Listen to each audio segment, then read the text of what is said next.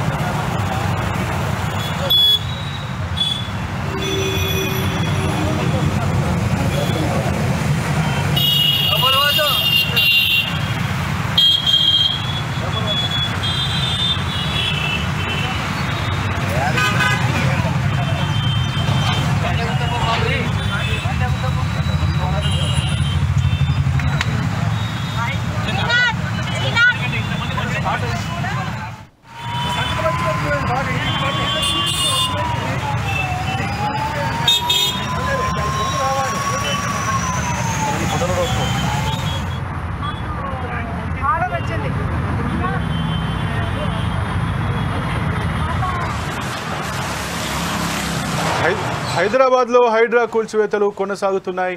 హైదర్నగర్లోని survey number 145/3లోని HMDA లేఅవుట్లోని అక్రమ నిర్మాణాలను హైడ్రా సిబ్బంది కూల్చివేస్తున్నారు. 9.3 ఎకరాల్లో 25 ఏళ్ల కిందట డైమండ్ హిల్స్ పేరిట అసోసియేషన్ ఏర్పాటైంది. డైమండ్ హిల్స్లో మొత్తం 79 ప్లాట్లుండగా తప్పుడు పత్రాలతో ఆ స్థలాన్ని ప్రసాద్ అనే వ్యక్తి కబ్జా చేసినట్టు ఆరోపణలు ఉన్నాయి. ఈ నేపథ్యంలో బాధితుల ఫిర్యాదుతో రంగంలోకి దిగిన హైడ్రా అధికారులు భారీ పోలీస్ బందోబస్తు మధ్య అక్రమ నిర్మాణాల కూల్చివేత ప్రక్రియ చేపట్టారు.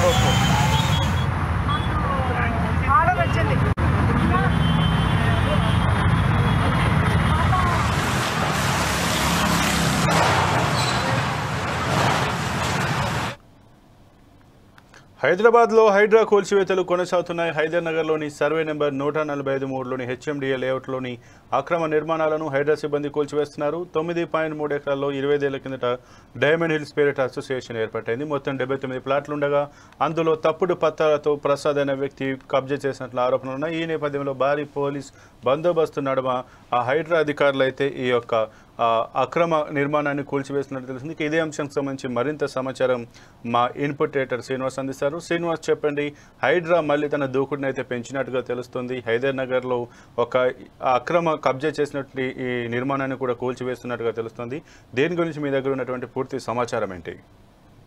సంపత్, హైడ్రా అయితే అక్రమ నిర్మాణాల మీద ఇప్పటికీ కూడా తన కూల్చివేతల కార్యక్రమం కొనసాగిస్తూనే ఉంది. ఏదైతే కోర్టు చెప్పిన తీర్పు ఏదైతుందో తీర్పు అన్నిటికీ వర్తించదు. ఏదైతే అనుమతులు తీసుకుని ఉన్న అనుమతుల కంటే ఎక్కువగా ఫ్లోర్లు నిర్మించడము లేదా ఎఫ్టీఎల్లో నిర్మాణం సంబంధించి కోర్టు తీర్పునిచ్చింది. కానీ ఇక్కడ అక్రమంగా ప్రభుత్వ సంబంధించిన భూమిని కబ్జా చేసి ఆ తర్వాత దాని మీద ఇతరులకు అమ్మి దాని ద్వారా సొమ్ము చేసుకోవడమే కాకుండా ఇటు ప్రభుత్వాన్ని కూడా మోసం చేసినట్లు అవుతుంది. కాబట్టి ఇలాంటి వాటి మీద హైడ్రా తన బురడా చిలిపిస్తూనే ఉంది. అందులో భాగంగానే హైదర్నగర్లో 9 ఎకరాలు ప్రసాద్ అనే వ్యక్తి కబ్జా చేయడం జరిగింది.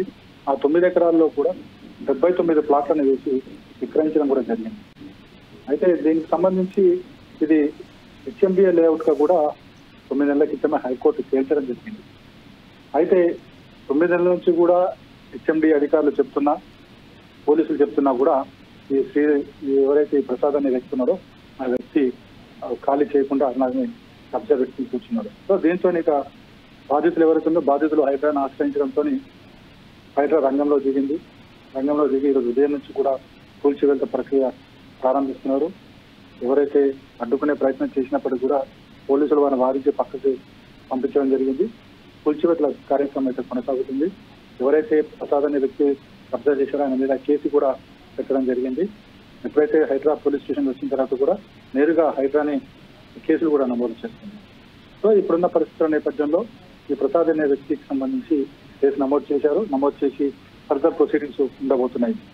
సంపాష్ అయితే శ్రీనివాస్, ఏదైతే హైడ్రాకి సంబంధించి ఏవైతే అక్రమ కబ్జాలు కావచ్చు, చెరువుల పునరుద్ధీకరణ, అలాగే ఎవరైతే అక్రమ నిర్మాణాలు చెరువుల FTL బఫర్ జోన్లలో నిర్మాణాలు చేపట్టినటువంటి అక్రమ నిర్మాణాలను, అలాగే ఏవైతే పర్మిషన్ లేని లేఅవుట్లలో ఉన్నటువంటి ఇళ్లను కూడా గుర్తించి కూల్చేస్తామంటూ గతంలో చాలా దూకుడు ప్రదర్శించినటువంటి హైడ్రా ఇప్పుడు ఉన్నట్టుండి ఎందుకు సైలెంట్ అయ్యి మళ్ళీ ఇప్పుడు ఈ చిన్న ఎవరైతే మామూలు సాధారణ మధ్యతరగతి లేదంటే మిగతా వారిపైన వెళ్తుంది తప్పించి బడాబాబుల జోలికి ఎందుకు వెళ్ళట్లేదనే ప్రశ్న తలెత్తున్నారని తెలిసింది. దీని గురించి మీరేం చెప్తారు? సంపత్, ఏదైతే గతంలో జరిగిన కూల్చివేతలకు సంబంధించి హైడ్రా దూకుడు కనబరిచింది. ఆ దూకుడులోనే భాగంగానే పేదలు మధ్యతరగతి ఉన్న నివాసాలు ఏవైతున్నాయో నివాసాల మీద కట్టడాలను కూల్చివేయడం జరిగింది. అప్పుడు తీవ్ర విమర్శలు రావడంతోనే హైడ్రా కొద్దిగా స్లో అయ్యిందంటే కోర్టు కూడా కొన్ని తీర్పులు ఇచ్చింది. ఈ నేపథ్యంలో హైడ్రా కూడా ఆచితూచి అడుగులేస్తుంది. ఏదైతే పూర్తిగా కబ్జా ఉన్నవి, ఎక్కడ అనుమతులు లేకుండా ప్రభుత్వ భూమిని కబ్జా చేయడంతో పాటుగా అనుమతులు లేకుండా నిర్మాణాలు చేయడం. సో వీటి ఎక్కడ కూడా హైడ్రా అప్పటి నుంచి ఇప్పటివరకు కూడా ఎక్కడ ఉపేక్షించలేదు. ఈ విషయంలో ఎంతటి వారు ఉన్నప్పటికీ కూడా రాజీ పడే ప్రసక్తి లేదని చెప్పేసి కూడా హైడ్రా కమిషనర్ రంగనాథ్ ఒకసారి చెప్పడం కూడా జరిగింది.